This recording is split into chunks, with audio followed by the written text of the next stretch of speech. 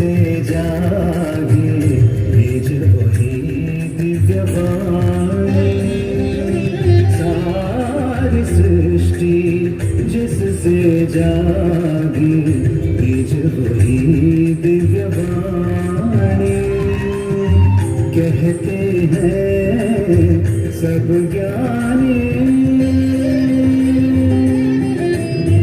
कहते हैं सब ज्ञानी, सत्य सनातन शाश्वत पावन प्रणव की गुंजन।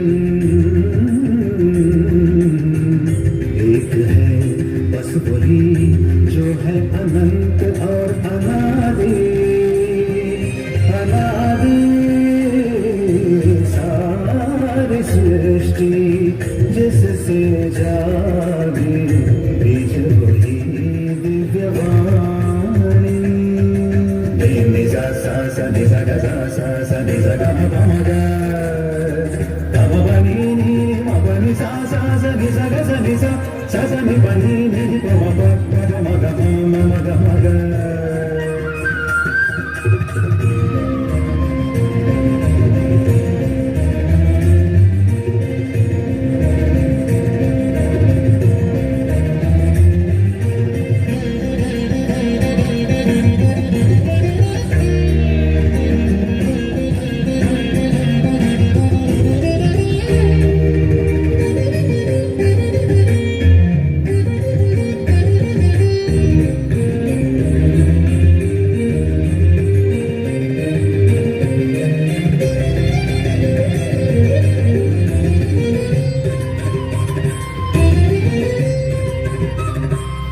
हर कण में उसकी सुंदर छाया, सारा जहां एक दर्पण है।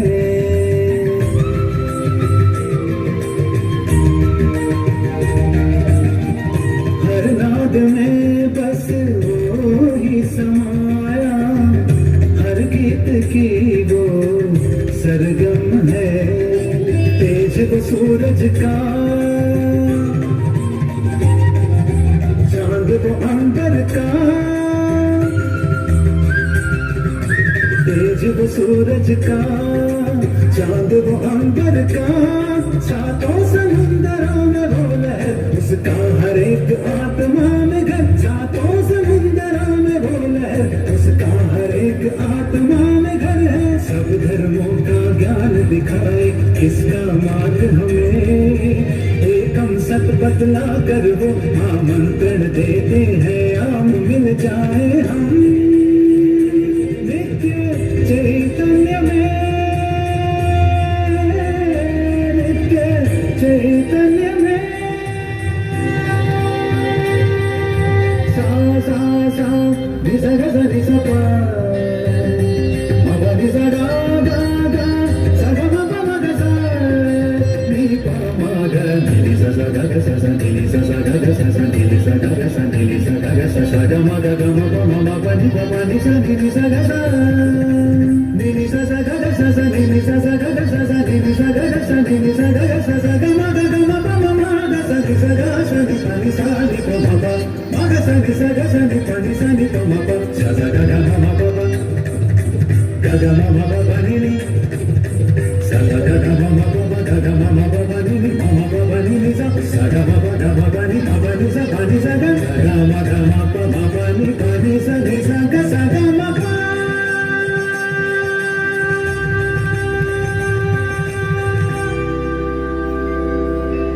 सारी सृष्टि जिससे जागे बीज वही Divyavani.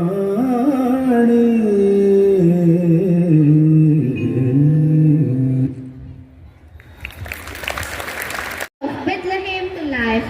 Get ready to be amazed by their creativity. Let's give a loud cheer for our English medium primary school students as they present joy to the world. ಸಡಗರ. ಕ್ರಿಸ್ಮಸ್ ಎಂದರೆ ದೇವಕುಮಾರನಾದ ಯೇಸು ಕ್ರಿಸ್ತರು ಮನುಷ್ಯ ಕುಮಾರನಾಗಿ ಜನಿಸಿದ ದಿನ. ದೇವರು ಮನುಷ್ಯನನ್ನು ಸೃಷ್ಟಿಸಿ ಅವನಿಗೆ ತಾನು ಸೃಷ್ಟಿಸಿದ ಎಲ್ಲ ಸಂಗತಿಗಳ ಮೇಲೆ ಅಧಿಕಾರ ಕೊಟ್ಟನು. ಮನುಷ್ಯನು ದೇವರ ಸಂಗಡ ಅನ್ಯೋನ್ಯತೆಯಲ್ಲಿದ್ದುದನ್ನು, ಆದರೆ ಮನುಷ್ಯನು ಸ್ವಲ್ಪ ಸಮಯದಲ್ಲಿ ದೇವರಿಗೆ ಅವಿಧೇಯನಾದನು, ದೇವರಿಂದ ದೂರವಾದನು. ಹೀಗೆ ದೇವರಿಂದ ದೂರವಾದ ಮನುಷ್ಯ ಸಂತಾನವು ಪಾಪದಲ್ಲಿ ಜೀವಿಸಿತು. ಇದರಿಂದ ದೇವರಿಗೆ ದುಃಖವಾಯಿತು, ಏಕೆಂದರೆ ಪಾಪವು ಕೊಡುವ ಸಂಬಳ ಮರಣ. ದೇವರು ಮನುಷ್ಯರ ನಿತ್ಯ ಜೀವವನ್ನು ಪಡೆಯಬೇಕೆಂದು ಆಶಿಸಿ ತನ್ನ ಮಗನಾದ ಯೇಸು ಕ್ರಿಸ್ತನನ್ನು ನಮ್ಮೆಲ್ಲರ ಪಾಪಕ್ಕಾಗಿ ಯಜ್ಞಾರ್ಪಿತವಾಗುವುದಕ್ಕಾಗಿ ಮನುಷ್ಯ ಕುಮಾರನಾಗಿ ಈ ಲೋಕಕ್ಕೆ ಕಳುಹಿಸಿದರು. ಯೇಸು ಕ್ರಿಸ್ತನನ್ನು ನಂಬುವ ಒಬ್ಬನಾದರೂ ನಾಶವಾಗದೆ ಎಲ್ಲರೂ ನಿತ್ಯ ಜೀವವನ್ನು ಪಡೆಯಬೇಕೆಂದು ಆತನನ್ನು ಕೊಟ್ಟರು. ದೇವರು ಯೇಸು ಕ್ರಿಸ್ತರನ್ನು ಈ ಲೋಕಕ್ಕೆ ಕಳುಹಿಸುವುದರ ಮೂಲಕ ತನ್ನ ಪ್ರೀತಿಯನ್ನು ನಮ್ಮ ಮೇಲೆ ತೋರಿಸಿದ್ದಾರೆ. ಬನ್ನಿರಿ, ಯೇಸು ಕ್ರಿಸ್ತರು ಜನಿಸಿದ ಘಟನೆಯನ್ನು ಈ ಕಿರುನಾಟಕದ ಮೂಲಕ ನೋಡೋಣ.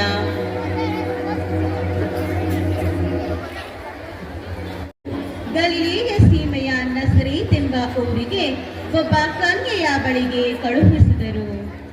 ಆ ಕನ್ಯೆಯ ಹೆಸರು ಮರಿಯಳು. ಆಕೆಯು ದಾವೀದನ ಮನೆತನದ ಜೋಸೇಫನೆಂಬ ಪುರುಷನಿಗೆ ನಿಶ್ಚಿತಾರ್ಥವಾಗಿದ್ದಳು.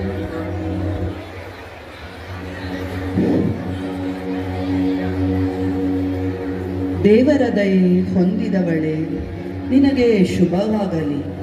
ದೇವರು ನಿನ್ನ ಸಂಗಡ ಇದ್ದಾನೆ. ಇದೆಂತ ಆಶೀರ್ವಾದ!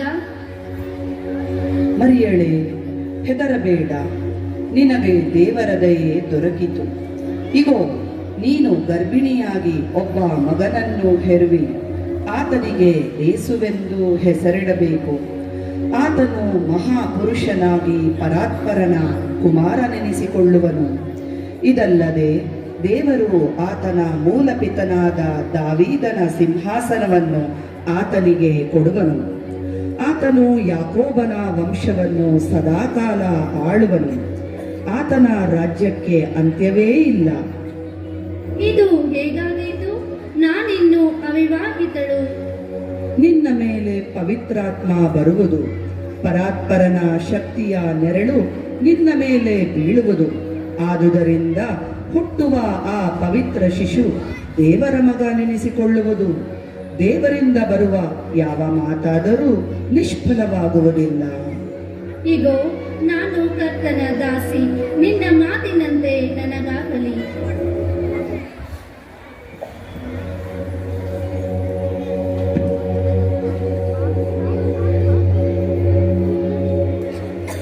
ಮರಿಯಳನ್ನು ವಿವಾಹವಾಗಬೇಕಾಗಿದ್ದ ಜೋಸೇಫನಿಗೆ ಮರಿಯಳು ಪವಿತ್ರಾತ್ಮನಿಂದ ಗರ್ಭಧರಿಸಿದ ವಿಷಯವು ತಿಳಿದು ಬಂತು. ಈ ಜೋಸೇಫನು ಸಜ್ಜನನಾಗಿದ್ದು ಆಕೆಯನ್ನು ಬಯಲಿಗೆ ತರುವುದಕ್ಕೆ ಮನಸ್ಸಿಲ್ಲದೆ ಯಾರಿಗೂ ತಿಳಿಯದಂತೆ ಆಕೆಯನ್ನು ಬಿಟ್ಟು ಬಿಡಬೇಕೆಂದಿದ್ದನು. ಅವನು ಇದನ್ನು ಆಲೋಚಿಸುತ್ತಿರುವಾಗ ದೇವದೂತನು ಕನಸಿನಲ್ಲಿ ಕಾಣಿಸಿಕೊಂಡು, ಯೋಸೇಫನೇ, ನಾನು ದೇವದೂತ ಗಬ್ರಿಯೇಲ. ನಿನ್ನ ಹೆಂಡತಿಯಾಗಲಿರುವ ಮರಿಯಳನ್ನು ತ್ಯಜಿಸಬೇಡ. ಆಕೆಯ ಗರ್ಭವು ಪವಿತ್ರಾತ್ಮದಿಂದಲೇ ಆದದ್ದು. ಹುಟ್ಟುವ ಮಗುವಿಗೆ ಯೇಸು ಎಂದು ಹೆಸರಿಡಬೇಕು. ಏಕೆಂದರೆ ಆತನೇ ತನ್ನ ಜನರನ್ನು ಅವರ ಪಾಪಗಳಿಂದ ಬಿಡಿಸಿ ಕಾಯುವನು. ದೇವರ ಚಿತ್ತದಂತೆಯೇ ಆಗಲಿ.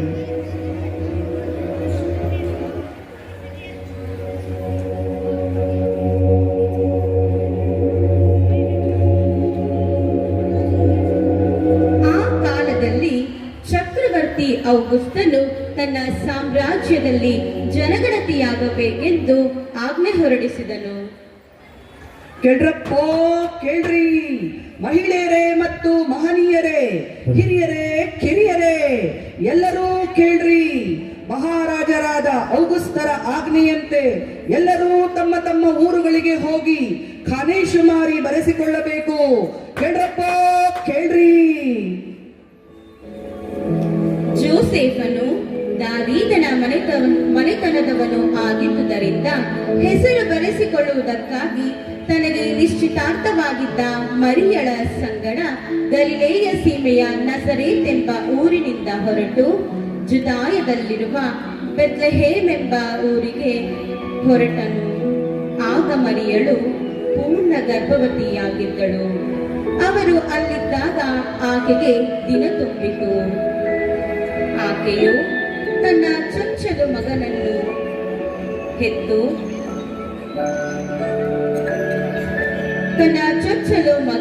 ಹೆತ್ತು ಬಟ್ಟೆಯಲ್ಲಿ ಸುತ್ತಿ ಛತ್ರದಲ್ಲಿ ಅವರಿಗೆ ಸ್ಥಳವಿಲ್ಲದ ಕಾರಣ ಮಗುವನ್ನು ಗೋದಲಿಯಲ್ಲಿ ಮಲಗಿಸಿದಳು.